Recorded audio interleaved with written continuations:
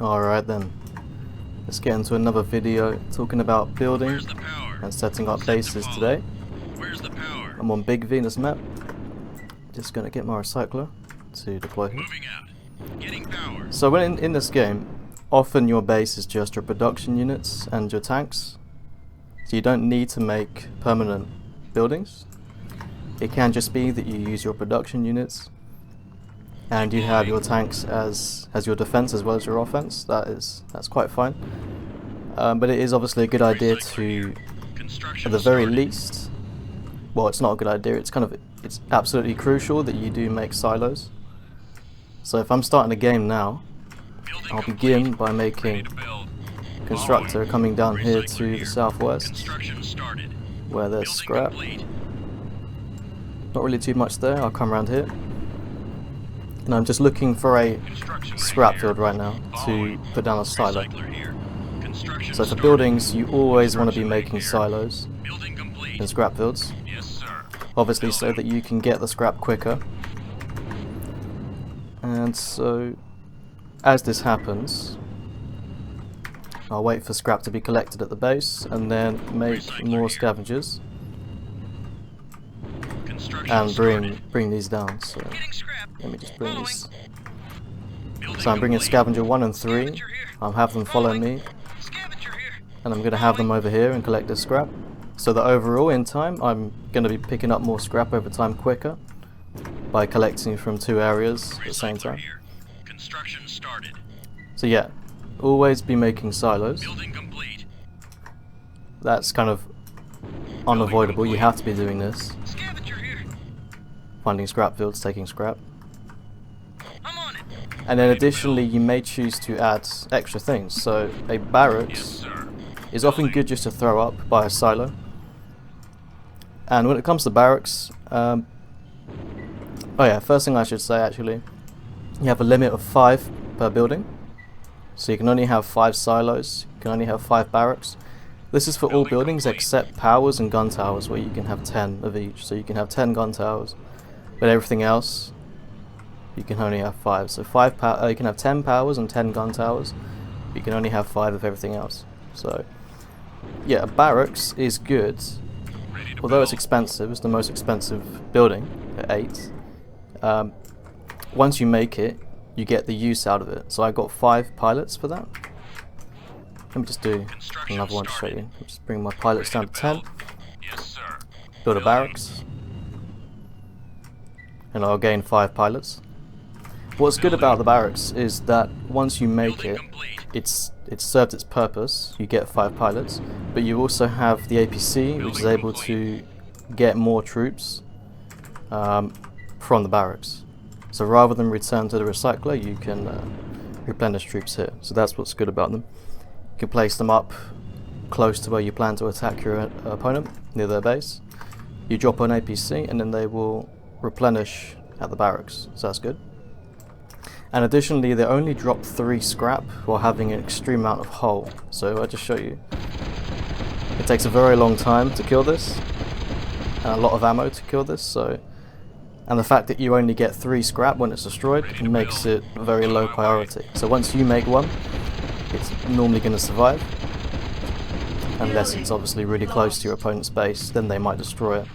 But if you see it out in the field, it's not really a priority, because 3 scrap and it costs a lot of time and ammo. So that's a good thing about them. And then additionally, you might want to throw down a supply. A supply is good to have, because obviously the more positions in the map where you can get back and reload before having to go all the way to your recycler, that's a good thing. So that's good. And this will probably be enough. When you're making these are referred to as outposts, or forward bases. FOBs, FOBs, forward operating bases. Basically a point beyond where your production units are. But you don't need to do this. Sometimes just a silo is enough, because the silo is really the key thing. You need silos there to get scrap. The extra pieces are just nice to have if you think they are worth having, if you can afford them. So returning to base now, I'll talk about actually making a base around your production units. So let's just get rid of these. these out the way. Recycling. Following. Okay. Rig here. Following. Recycler here. So I have my base area here, I have my recycler. Let's discuss what you can do to make a base. Building complete. So there's a few things you want to ask yourself. There's a few things you want to sort of think. One, is this going to do enough to justify its cost? So if I make a gun tower, it's going to cost 4 scrap for the power, and then 6 more for the tower, so that's 10. Is 10 scrap going to be worth it? Is that a good enough investment for you? Because that is more than a tank. Building complete. Ready to build. And as I mentioned in my previous video on defensive options, gun towers are quite easy to shut down. So you may decide that this kind of thing is not good enough for you, which a lot of players would agree. A lot of players do not really use gun towers because they're just very easy to get around. Building complete.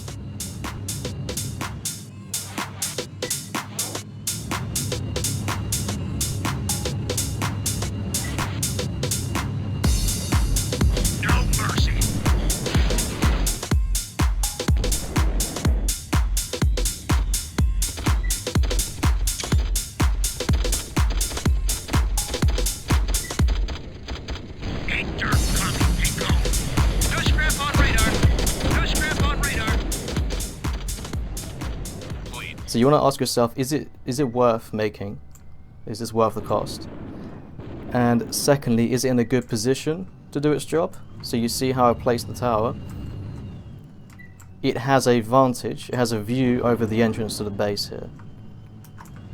Any units that try to attack are going to get hit by this gun tower here because it can see across into the ramp into the base. If I had this gun tower placed here, its vision is obstructed by this terrain, so this would not be a good place for a gun tower. But over there, where it's open, it can see down the ramp. That is a good spot. Equally, the power I placed behind the tower, so it's just a bit harder to destroy it because the powers are very weak. I'll show you that. That's very quick to destroy, but the gun tower has a lot more hull. So you will be going for the power if you can. So you want to make that behind the tower, just so it's not so easy to kill. And ideally, yes, sir, have it behind terrain. So this would be a really good spot for a power right here. Building. This spot here would be amazing for a power supply. Not a power supply, but you know, an S power, L power, whatever. That's a great spot for it. And of course, AI cannot navigate Building complete. these kind of really steep hills, these walls here. AI can't drive up this, but a player can. The player can very easily go up here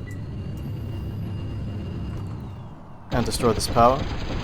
So the towers are only really good for stopping AI. A player will find a way to take it out by going up the terrain or something. So they're only good for stopping AI. And as I said in my defensive options video, the kind of the best thing about a gun tower is that it will destroy enemy scavengers. Let's say there's scrap kind of here. So my opponents attack me and they've lost units and there's scrap. If their scavengers roam up here and try to take this scrap, the gun tower will kill them and push them back. So that's what's good about them. And they also kind of make your opponent have to adapt and use up time and energy to get rid of this gun tower, to use up resources. So that's what they're good for. And obviously, yeah, 200 meter range on NSCF gun tower, 150 or 160 on a CCA gun tower is stock. And you should always be upgrading CCA towers. So yeah, that's the gun tower. It's good, but it can easily be beaten. It can easily be evaded, outdone. Yes, sir. So yeah, supply and hangar. They are good because you don't have to pay for a pod. So if I wanted ammo, it costs 1 scrap of the recycler. And obviously you're thinking, you know, one scrap isn't much, but that adds up every time you make it. That's, you know, if you use a few pods, that's 4 or 5, 6 scrap. That's an entire light tank, 6 scrap. Whereas if you place a supply for 5, you have permanent ammo for the game, as long as you keep it alive. And when it comes to these two, the supply is actually better than the hangar overall. So the supply has a higher priority to be made. But then again, it's a high priority for your opponent to destroy, because they're just very good, they're very useful. So I'd recommend you make supplies wherever you think you'll be fighting and needing to reload. Hangars cost more and they are a bit more durable, but the hangar kind of recovers your hull very slowly because you just have a lot more of it than ammo. So the supply is a lot more useful, I'd say. If you're gonna choose between a supply and a hangar, just take the supply. Don't get the hangar unless you really have a lot of scrap and you really want to have health regeneration. I normally just get the repair from the recycler. That's kind of a better use of time and scrap. Okay, satellite. Ready to build. Let's discuss Yes, satellite. sir. Building. So, a key detail to know with satellite is that it reveals your position. It shows everyone in the game where you are. They can always see you because a giant target appears on you. I'll just demonstrate that in a moment. So that is the main downside Building to sat, complete. and that's Ready to how it's build. balanced in multiplayer, is that, yeah, it gives Yes, away sir. your Building. position, which may not be a problem, but it's just not very nice, you know, with a giant target above your head. Someone can try and snipe you or anything really, and you're kind of revealing where you are, in case I didn't know that already. So I'll just show you. I'll go into satellite, I'll get out my tank, and there you go. That's what it looks like. You get this big target on you, and the enemy sees this as a red target, so that's a big problem with it. And what's also important to know of satellite, Satellite activated. I can't obviously show you now because I'm on my own, but all units on the map, including enemy, they appear on the map. This is actually, I think, an unintended bug, because in previous versions of the game, in old Battlezone, you could not see enemy units unless they were picked up by radar, by your factory or something. So that is very powerful. You can open this up and I could see that there's like players over here, like a player's over here making stuff or something, and all of his element of secrecy is destroyed because I can just see what he's doing. I can observe a player, I can watch what they're doing, and I can see if they are planning some kind of sneak attack, like a flank. You know, if they were amassing bombers in this area to the west, I would see it. I would see the bombers, and so I would know exactly what's going on. So that makes satellite kind of powerful in that way, but generally people don't use it. And the reason why it's not really used is that you have to kind of pause what you're doing to use satellite. And when you're playing against strong players, you're kind of fighting non-stop. There's not really a moment to breathe. You're constantly on the front line, attacking his tank. There's not really time to get into satellite and to kind of plan things and to sort of fuck around in sat. So really it's not really used much. But it is good. It is absolutely powerful, satellite. But you have to understand that when you're in it, people can see where you are and they can kind of get an idea of what you're doing. And it obviously costs Ready to build. 6 scrap, which is a gun tower or a scout. So you take that into account. Also kind of hard to place comm towers. Yes, They're sir. very big. Well, the NSDF one is. The CCA ones I think is smaller, but Ready to build. yeah, it's Yes, just sir. it's quite bulky. You know, you need the room in your base to have gun towers and to have space to to get line of sight and shoot things coming in. And sometimes a comm tower just isn't really worth, you know, the space it takes up and the scrap it costs. But yeah, it's an option. Okay. So that's about it. And obviously, yeah, like I say, silo. You should be placing those around the map at the early game. So as soon as you start a game, constructor, go out, look for scrap, place the scrap. And obviously once you know a map, you know where the scrap is. So you can rush to a field and throw down a supply. I mean a silo even. So there is scrap. There is scrap in this yellow area here. And obviously you know that from just playing the map. So you would come over and you'd place a silo here.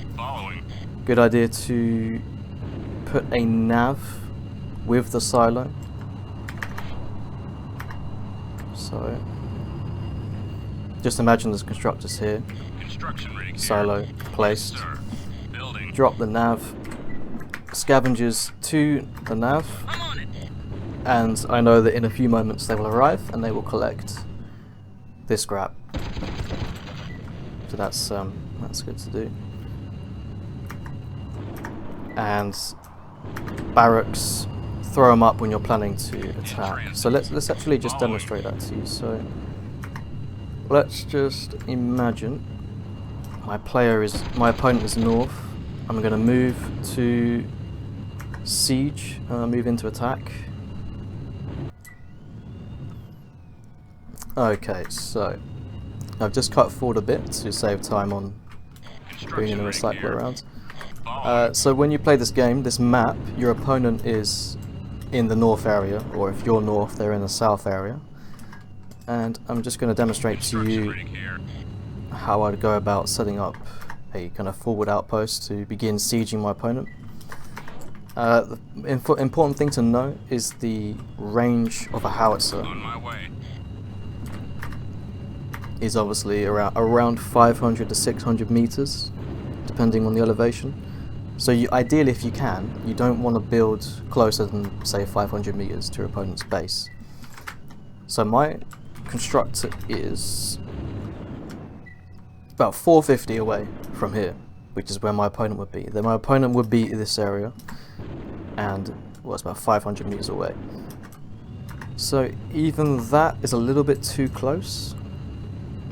If my opponent had howitzers, they could hit this area here where I would like to build. So in that regard, I would move back a little bit, and I would probably start building around here. This is decent enough. Okay. So first thing, don't build too close to your opponent, because they can just howitzer everything you make, and that's really fucking annoying.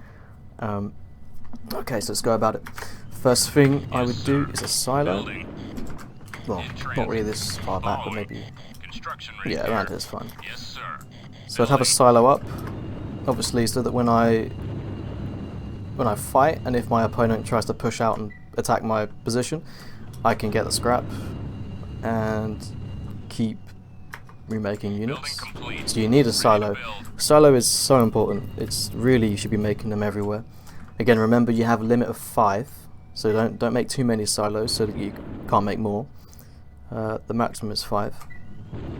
So there's a silo. I would then give myself a supply. So this is the order of things I'd make. So I'd go silo, supply, and then barracks in order of what I want to make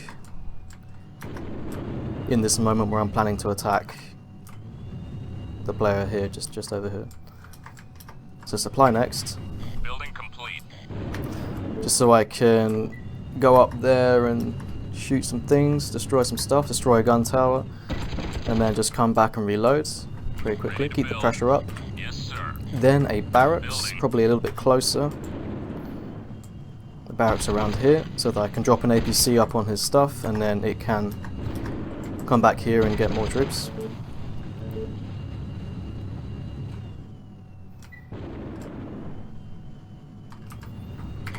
And then after I have these 3 kind of fundamental things set up, I have the supply, the silo, or the supply silo and the barracks. I would then put down a gun tower just so that he can't You can't just drive up here and destroy things. Like if I was to be, I don't know, like busy with something else, like if I was just busy, I don't know, over here reloading, and I don't see him arrive, he comes up here, like over this hill, he starts destroying the silo, and maybe he like ejects me, it takes out the supply. I've lost this whole position. It's quite vulnerable, so if at least if I throw down a gun tower, there's some kind of deterrent to stop him from just racing up here and clearing me out. So if you imagine now I'm up here, my base is here, I see my opponent setting up outside, like he's getting ready to siege me.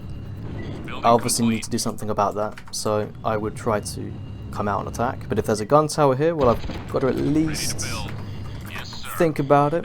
I've got to at least decide what to do. I can't simply race up here and clear it.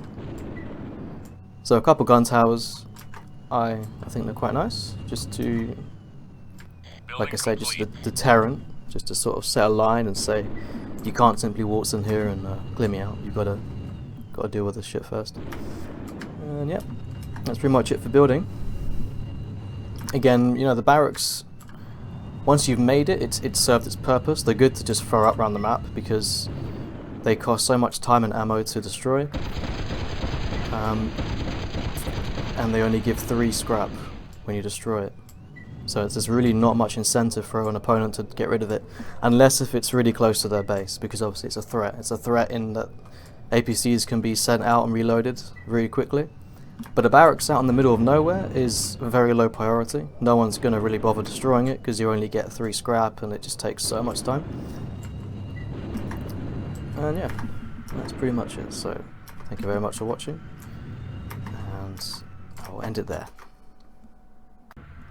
Okay, so I just wanted to show you what my base would look like if I finished setting it up. I just feel as though I should show you like a complete base as well. This is quite a costly setup, so in most games you would not really be able to afford all of this, but you could obviously pick and choose which parts you like, which parts you'd include. So I'm going to go through it from the edge and inwards. So a few turrets. What's good with turrets is, I think I said previously, they don't show on the radar, so you can take advantage of that by placing them kind of behind terrain or where there's not really much of a viewpoint. So as you approach this base, it's quite hard to spot this turret. It's only once you come up over this hill you realise there's a turret there. So you can upgrade that with SP, or what's quite nice is a flash cannon on a turret, and that's quite a good surprise little feature there. A couple more turrets, again sort of placed where it's possible that the player might miss them, might not notice them, so that's decent. Entering into the base now, we have a crunch of 2 gun towers here. I did say this spot is quite bad, but I managed to sort of squeeze in this gun tower here. So it's got a view here, which is not too bad. This is okay. You'll notice each gun tower has at least 2 powers, and the powers, as I said, have a range of 100 meters. So you would sit by this tower and look at these 2 powers. This one's 51, this one is 54. So this is powered by 2. Just so that you can't simply race in and knock out a power. There's 2 powers, so that's makes it a lot more stronger and harder to wipe out. Around the back of the base I have supply and hangar close together with a nav in between, so that you can obviously send a unit to this nav or sit here and it will just take from both.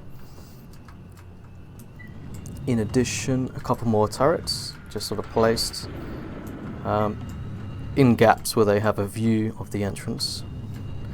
And of course from behind, this is one of the sort of the weak points of this base. So on Big Venus map, the player can climb over this wall, the player can climb up this edge, the player can climb anywhere really.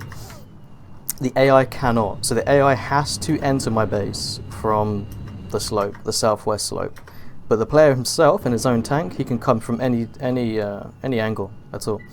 So you need to bear that in mind. A player could just climb up the back and I try to get a gun tower in, but really there's not a lot you can do here, because if someone arrived here, they could, imagine I'm racing in, I can take out this power, or simply just drive past it. So imagine I'm now an attacker, I'm round the back, and look at this here, I'm safe here, very safe in this position. And I could destroy the supply, I could destroy the power, I could even destroy the recycler. Actually, from here I could take out my recycler, and this gun tower probably cannot hit. So this is just a really weak spot in the base. So, and that's always going to exist on certain maps where there's the ability to drive up and over and around the back. So that's always going to happen. You need to sort of just think about it and check your radar, and if there's a player sneaking in through the back, you have to address it yourself, or have tanks deal with it. You could have some AI like defending the hangar. Some might say build. I have this tank on the hangar, defend hangar. I'm pressing Alt here to defend. So 2, I've got scout on the tank here defending the hangar, just so that if my opponent comes around the back, there will be some AI here that might be able to sort of intercept him. But yeah, there will always be weak sides, weak points of the base that a player can exploit, but the AI can't. So the AI can't do that, but the player absolutely can, always. Another thing to bear in mind is this is not really that strong. It's just what you can really do, the options you have, what you can do. Defending is quite hard with the AI, mainly because the AI takes a lot of time to react. Turrets and gun towers don't immediately shoot; they have to sort of register as a player. So if I could actually drive in now as my enemy. I could do this. I could drive all the way around here and get to the spot where I'm pretty safe. I would probably only take a few hits on the turret and maybe 1 or 2 shots on the gun tower just to get around it, and I'm safe. So I'd be low on hull, but I'm in the rear of the base now. I'm around the back. So yeah, the biggest threat when you're defending is always the other player and his tank, because he can just exploit the AI. He can just drive under this turret. I could even, if I was attacking, I could even come up here. Could even drive up here, and I am safe. I am already safe and inside the base. So yeah, the kind of main thing to sort of say here, the thing I'm trying to explain, is that when you're defending, you cannot leave it up to your sort of fixed AI positions, your gun towers and turrets, to do the work. They will only just about cover the angles that they hold. The player tank can't exploit all of this. They can get through this, they can get around, they could come here, they could sit right here, and this recycler can easily be destroyed now. If I just sat here, I would destroy the recycler, and this gun tower would not be able to hit me because I'm behind the power. And these AI, they would move to intercept, but you could just drop around the power, just keep moving around behind the power, keep shooting the recycler, and eventually that will go down inevitably. So you have to defend against that yourself, or just position tanks where they can at least move into attack. So if I was expecting my opponent to do that, to drive up around here and attack from here by exploiting the gun towers, I could have my tanks sort of follow this power, so they're at least close enough to attack. But again, it's not going to be enough for a good player. You have to be stopping that yourself. So when you are aware, or you're thinking that an opponent is going to come in and attack, you need to be ready at your base to shut them down. That's kind of the main thing. You need to intercept your opponent's tank, like his own player tank, with your player tank, so you can match them head to head. Because otherwise the AI is just very easy to exploit.